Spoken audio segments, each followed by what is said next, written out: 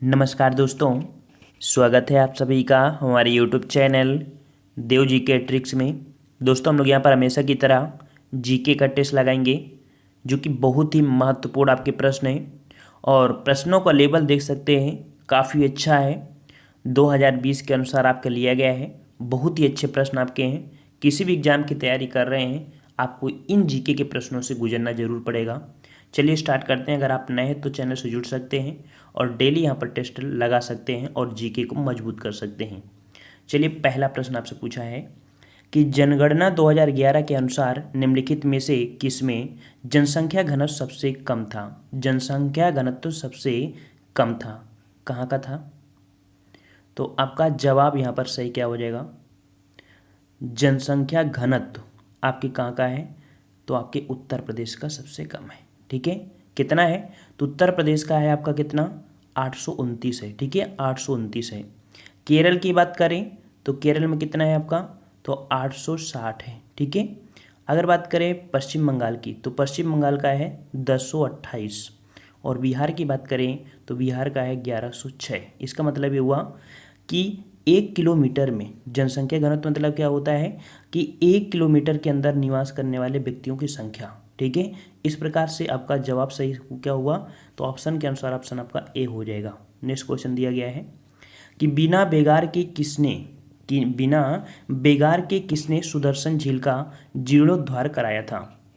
बिना बेगार के किसने सुदर्शन झील का जीर्णोद्धार कराया था? यहाँ पर किसने कराया था? तो आपका जवाब हो जाएगा ऑप्शन डी, रुद्रदामन प्रथम ने। ठीक है, किसने? रुद्रदामन प्रथम ने। ठीक है, और रुद्रदामन की जूनागढ़ अभिलेख की तिथि जो कि आपकी 150 ईस्वी पूर्व को मानी जाती है। चलिए, नेक्स्ट क्वेश्चन दिया है कि 91वें इंटरपोल महासभा जिसे बोलते हैं हम लोग जनरल असेंबली का आयोजन कहाँ किया गया? तो यहाँ पर आपका 91वीं इंटरपोल महासभा का आयोजन कहाँ किया जाएगा? तो 3 का ऑप्शन राइट आपका जवाब हो जाएगा। ऑप्शन राइट आपका बी, भारत में होगा। भारत में, अर्थात ये होगा कब? तो आपके 2022 में होगा। ठीक है, याद रखिएगा। ठीक है, और यह इंटरपोल की 91 नंबर की आपकी असेंबली होगी। इससे पहला भारत में जो हुआ था इसकी बैठक, वो आपकी हुई थी 1997 में। ठीक है, इसके पहले कब हुई थी? 1997 में इंटरपोल की जनरल असेंबली का आयोजन किया गया था भारत में। नेक्स्ट क्वेश्चन है कि कौन सूफी संत महबूब ए इलाही कहलाता था? बहुत ही प्यारा प्रश्न है। महबूब ए इलाही कहलाता था, कौन सा सूफी संत? तो 4 का ऑप्शन राइट आपका जवाब हो जाएगा। ऑप्शन राइट यहाँ पर डी, शेख निजामुद्दीन औलिया। ठीक है, शेख निजामुद्दीन औलिया बाबा फरीद के क्या थे? शिष्य थे। ठीक है, और उन्हें महबूब ए इलाही, अर्थात महबूब ए इलाही का मतलब क्या होता है? इसका मतलब होता है ईश्वर का प्रिय। ठीक है, ईश्वर का प्रिय। समझ में आ गया? चलिए, नेक्स्ट क्वेश्चन दिया है कि global snow leopard and ecosystem protection program शिखर सम्मेलन 2019 का आयोजन भारत में कहाँ किया गया? तो 2019 का आयोजन आपके भारत में हुआ है, और कहाँ पर हुआ है? ये हुआ है आपके नई दिल्ली में। ऑप्शन आपका बी हो जाएगा, नई दिल्ली में हुआ है। ठीक है, याद रखिएगा। चलिए, यहाँ पर नेक्स्ट क्वेश्चन दिया गया है कि अबुल फजल द्वारा अकबरनामा पूरा किया गया था। अबुल फजल द्वारा अकबरनामा पूरा किया गया था कितने वर्षों में? अच्छे अच्छे प्रश्न आपके हैं, तो याद रखिएगा आपके 7 वर्षों में। कितने वर्षों में? 7 वर्षों में आपका किया गया था, जो कि 3 भागों में है।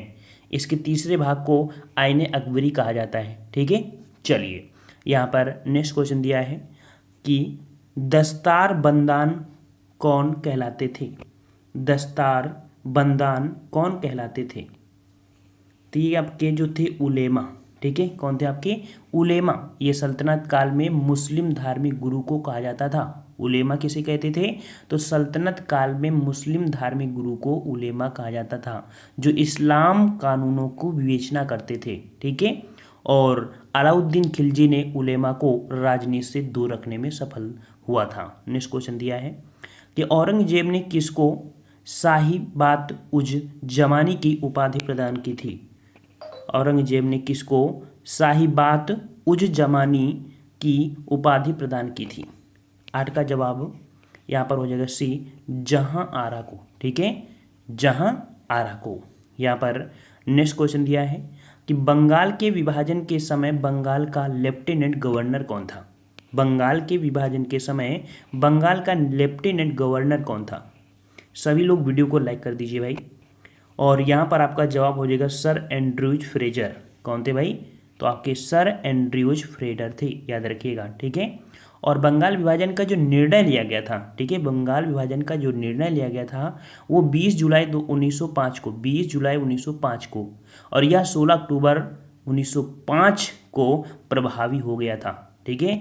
20 जुलाई को लिया गया था और 16 अक्टूबर को प्रभावी हो गया था, ओके। और यहाँ पर बंगाल विभाजन को लॉर्ड हार्डिंग द्वितीय ने 1911 में रद्द भी किया था, ये भी पॉइंट आपको याद रखना है। नेक्स्ट क्वेश्चन है कि ब्रिटिश पत्रकार H.W. नेविन्सन जुड़े थे। ब्रिटिश पत्रकार H.W. नेविन्सन जुड़े थे, ये किस आंदोलन से जुड़े थे? तो आपका जवाब हो जाएगा ऑप्शन सी, स्वदेशी आंदोलन से, ठीक है, स्वदेशी आंदोलन से जुड़े थे ये आपके, ठीक है। अच्छा, यहाँ पर तिलक की मृत्यु जो हुई थी, देखो इसी समय आपके एक आंदोलन आया था खिलाफत, उसको हम नेक्स्ट प्रश्न बताते हैं। देखिए कह रहा है कि महात्मा गांधी के साथ निम्न मुसलमानों में से किसने बाल गंगाधर तिलक की अर्थी उठाई थी? महात्मा गांधी के साथ निम्न मुसलमानों में से किसने बाल गंगाधर की अर्थी उठाई थी? तो ये उठाई थी आपके कौन? तो आपके यहाँ पर जवाब हो जाए ए नंबर, शौकत अली ने, ठीक है। शौकत अली ने महात्मा गांधी के साथ तिलक की अर्थी को कंधा दिया था, ठीक है। तिलक की मृत्यु कब हुई थी? तो तिलक की मृत्यु हुई थी 1 अगस्त 1920 को, ठीक है।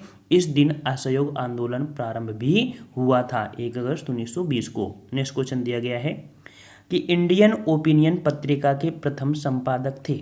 इंडियन ओपिनियन पत्रिका के प्रथम संपादक कौन थे?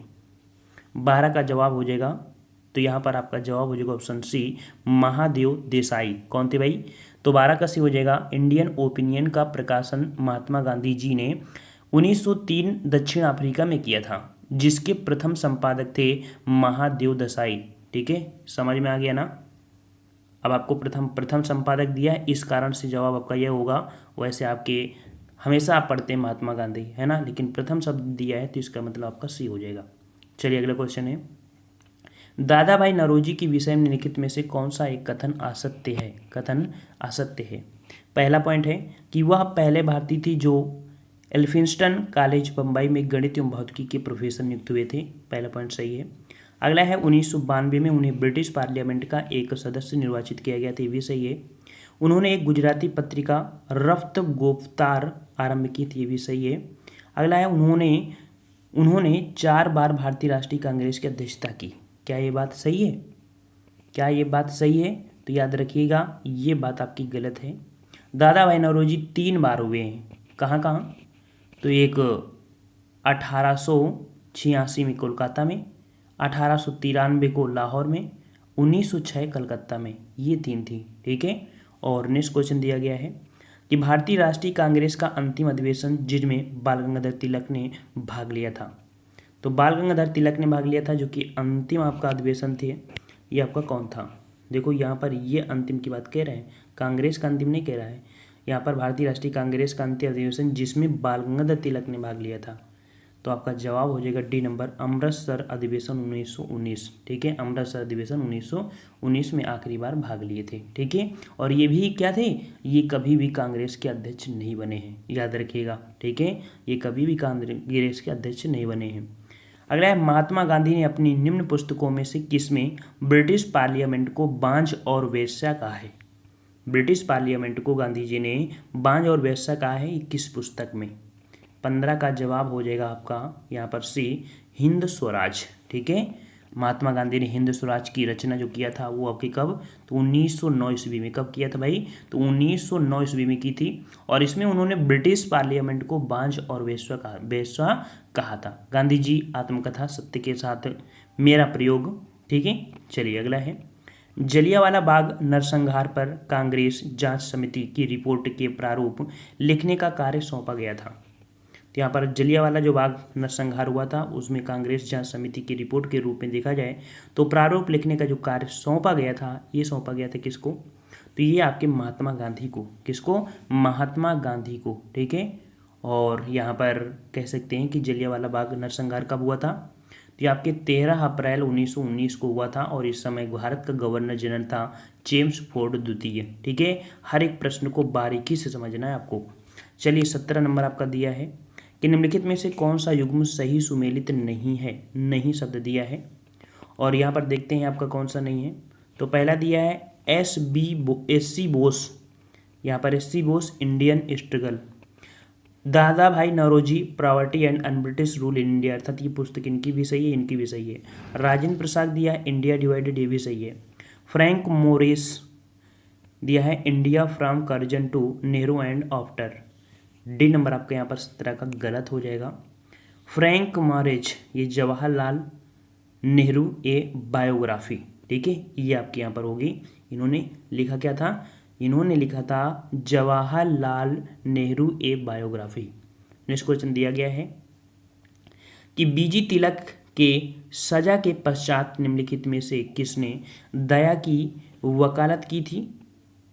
कहा था संस्कृत के एक विद्वान के रूप में तिलक में मेरी दिलचस्पी है। फिर से प्रश्न पढ़िए, बीजी तिलक के सजा के पश्चात निम्नलिखित में से किसने दया की वकालत की थी और कहा था कि संस्कृत के एक विद्वान के रूप में तिलक में मेरी दिलचस्पी है।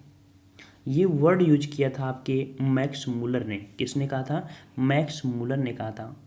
मैक्स मूलर जो कि संस्कृत के विद्वान के रूप में बाल गंगाधर तिलक ने मेरी दिलचस्पी है और इनको 1908 में सजा दी गई थी। ठीक है, नेक्स्ट क्वेश्चन दिया गया है कि ईज ऑफ डूइंग बिजनेस 2019 में भारत को निम्नलिखित में से कौन सा स्थान प्राप्त हुआ है। 2019 में जो भारत के स्थान प्राप्त हुआ है ईज ऑफ डूइंग बिजनेस में, ये कौन सा स्थान है।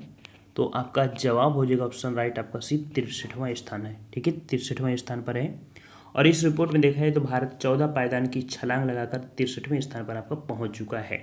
नेक्स्ट क्वेश्चन दिया है कि भारतीय राष्ट्रीय आंदोलन से संबंधित निम्नलिखित घटनाओं पर विचार कीजिए और यहाँ पर कालक्रम जो घटना है इनका आपको पता लगाना है। ठीक है, कौन सी आपकी घटना आपकी कब हुई है। ठीक है, 20 नंबर। तो यहाँ पर आपका जो आपका बीजी तिलक का निधन, एक अधिनियम के रूप में रॉलेट एक्ट का पास होना। देखो आपका रॉलेट एक्ट आपका आया था, है ना, और रॉलेट एक्ट आया था, फिर जलियांवाला बाग नरसंहार हुआ था, फिर भारतीय राष्ट्रीय कांग्रेस का अमृतसर अधिवेशन हुआ, फिर आपका बीजी तिलक का निधन हुआ था। इसका मतलब आपका है 2 3 4 1, 2 3 4 1। अब देख लीजिए 2 3 4 1 कौन है आपका, ए नंबर आपका हो जाएगा। ठीक है ना, देखिए जो रॉलेट एक्ट आया था 8 मार्च 1919 को, जलियांवाला नरसंहार हुआ था 13 अप्रैल 1919 को, भारतीय राष्ट्रीय कांग्रेस का अमृतसर अधिवेशन हुआ था 1919 को, ठीक है, नवंबर 1919 में, और बाल गंगाधर तिलक का जो हुआ था 1 अगस्त 1920 का निधन हुआ था। ठीक है, चलिए अगला क्वेश्चन है कि स्वच्छ रेल स्वच्छ भारत 2019 रिपोर्ट के अनुसार उपनगरीय स्टेशन आपका जो है वो आपका कौन सा है। तो जवाब हो जाएगा ऑप्शन आपका ए जयपुर। ठीक है, स्वच्छ रेल स्वच्छ भारत 2019 एक स्वच्छ सर्वेक्षण है और यह सर्वेक्षण भारतीय गुणवत्ता परिषद द्वारा आपका किया गया है जयपुर। नेक्स्ट क्वेश्चन दिया है निम्नलिखित में से किसने गांधी इरविन समझौते में महात्मा गांधी के लाभ को सांत्वना पुरस्कार कहा है। महात्मा गांधी के लाभ को सांत्वना पुरस्कार जो कहा है ये आपके किसने कहा था, 22 नंबर। और 22 का जवाब हो जाएगा option B Alan Campbell Johnson. Alan Campbell Johnson ने ये शब्द कहा था। ठीक है, अच्छा गांधी इरविन समझौता कब हुआ था, ये भी तो बात आती है कि गांधी इरविन समझौता कब हुआ था। तो गांधी इरविन समझौता हुआ था 5 मार्च 1931 को हुआ था। ये पॉइंट याद कर लीजिए और लिखते चलिए कॉपी में नए नए पॉइंट। ठीक है, अगला क्वेश्चन आपका दिया है कि नीचे दिए कूट को आपको मिलान करना है। ठीक है, यहाँ पर सूची फर्स्ट है और सूची सेकेंड आपकी दी गई है। यहाँ पर दिया विनोबा भावे। विनोबा भावे जो संबंधित थे वो किससे, तो ये जो संबंधित थे आपके वैयक्तिक सत्याग्रह से संबंधित थे। बीजी तिलक जो संबंधित थे आपके होम रूल आंदोलन से थे। अरुणा आसफ अली जो संबंधित थी भारत छोड़ो आंदोलन से, और सरोजिनी नायडू थी आपके धरसना रेड से संबंधित थी। ठीक है, अच्छा यहाँ पर ये जो आपका ये सत्याग्रह हुआ था ये आपका 1940 में हुआ था। होम रूल आंदोलन जो आपका हुआ था 1916 में हुआ था। भारत छोड़ो आंदोलन 1942 में हुआ था और धरसना रेड हुआ था 1930 में हुआ था। ठीक है, इस प्रकार से ऑप्शन आपका ए हो जाएगा 2 1 4 3। नेक्स्ट क्वेश्चन दिया गया है कि भारत का पहला गार्बेज कैफ़े निम्नलिखित में से किस शहर में खोला जाएगा। गार्बेज कैफ़े किस शहर में खोला जाएगा, अभी हम बताते हैं इसके बारे में। तो आपका इसका आंसर हो जाएगा आपका ए नंबर, अंबिकापुर में। ठीक है, याद रखिए भारत का पहला गार्बेज कैफ़े छत्तीसगढ़ के अंबिकापुर शहर में खोला जाएगा। यह अंबिकापुर म्यूनिसिपल कॉरपोरेशन की पहल है और इसका उद्देश्य है कि अंबिकापुर को प्लास्टिक मुक्त शहर बनाना। समझ में आ गया ना। गार्बेज कैफे मतलब क्या हुआ कि अंबिकापुर शहर को प्लास्टिक मुक्त शहर बनाना है, ये उद्देश्य है। ठीक है, अगला क्वेश्चन है, the man who divided India पुस्तक के लेखक। The man who divided India पुस्तक के लेखक थे, कौन थे भाई? 25 का जवाब। तो the man who divided India पुस्तक के लेखक थे, आपके 25 का जवाब क्या हो जाएगा?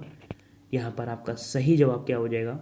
आपका जवाब हो जाएगा सी, रफ़ीक जकारिया थे। कौन थे? रफ़ीक जकारिया थे, याद रखिएगा। ठीक है, नेक्स्ट क्वेश्चन दिया गया है कि निम्नलिखित में से किसने भारतीय राष्ट्रीय कांग्रेस के कराची अधिवेशन को महात्मा गांधी की लोकप्रियता और सम्मान की पराकाष्ठा माना है? तो महात्मा गांधी की लोकप्रियता और पराकाष्ठा माना है, ये जो माने थे आपके, ये थे आपके ए नंबर एस.सी. बोस। ठीक है, कौन थे? एस.सी. बोस, सुभाष चंद्र बोस। समझ में आ गया। और इस कराची अधिवेशन में गांधी जी ने कहा था कि गांधी मर सकते हैं परंतु गांधीवाद हमेशा जिंदा रहेगा। ठीक है, अगला क्वेश्चन है कि निम्नलिखित में से किसने 1947 के कांग्रेस कमेटी की बैठक द्वारा विभाजन के प्रस्ताव के पारित होने को राष्ट्रवाद का संप्रदायवाद के पक्ष में समर्पण के रूप में लिया था? 27 नंबर, ये आपके डॉक्टर किचलू थे। ठीक है, डॉक्टर किचलू। नेक्स्ट क्वेश्चन है कि निम्नलिखित में से कौन एक सही सुमेलित नहीं है? कौन एक सही सुमेलित नहीं है? तो पहला दिया है भगत सिंह द इंडियन सोशलाइजिस्ट। क्या बात ये सही है? गलत है। भगत सिंह ने एक जो दिया था, इन्होंने दिया था कि मैं अनिश्वरवादी क्यों हूँ, ये सब दिया था। वहीं सतीश चंद्र सन्याल ने बंदी जीवन, लाला रामचरण दास दी ड्रीमलैंड, भगवती चरण वोरा द फिलॉसफी ऑफ बम। ठीक है, यहाँ पर ए नंबर आपका गलत हो जाएगा। अगला क्वेश्चन है, नई दिल्ली में 1947 में आयोजित अखिल भारतीय कांग्रेस समिति की बैठक निम्नलिखित में से किसने विभाजन के प्रस्ताव का समर्थन किया था? तो कांग्रेस समिति की बैठक में किसने विभाजन के प्रस्ताव का समर्थन जो किया था, ये किए थे आपके किसने? तो ऑप्शन डी हो जाएगा, अबुल कलाम आज़ाद। ठीक है, अबुल कलाम आज़ाद ने 1947 में आयोजित अखिल भारतीय कांग्रेस समिति की बैठक में क्या किया था? तो इसमें से आपके कह सकते हैं समर्थन आपका किया था। ठीक है, और प्रस्ताव को 14 जून 1947 को समर्थन किया था और जिसको गोविंद बल्लभ पंत ने पेश किया था। नेक्स्ट क्वेश्चन दिया गया है कि भारतीय स्वतंत्रता विधेयक को राजकीय स्वीकृति प्राप्त हुई थी किस तारीख को? भारतीय स्वतंत्रता विधेयक को राजकीय स्वीकृति प्राप्त हुई थी आपकी किस तारीख को? इसका जवाब आपको कमेंट बॉक्स में कमेंट करके बताना है। तो दोस्तों यहाँ पर काफ़ी बच्चों के कमेंट जरूर आएंगे कि 50 प्रश्न का टेस्ट कराइए। तो यहाँ पर देखो 15-20 मिनट का वीडियो बहुत होता है, हम आपको एक प्रश्न में इतने प्रश्न बता देते हैं। अगर आप नोट्स बनाना चाहेंगे तो आप PCS तक आप इसमें कवर कर सकते हैं जो हम आपको पढ़ाते हैं। ठीक है, पसंद जरूर आया है, लाइक सभी लोग करिए, वीडियो को शेयर करिए। जय हिंद, जय भारत।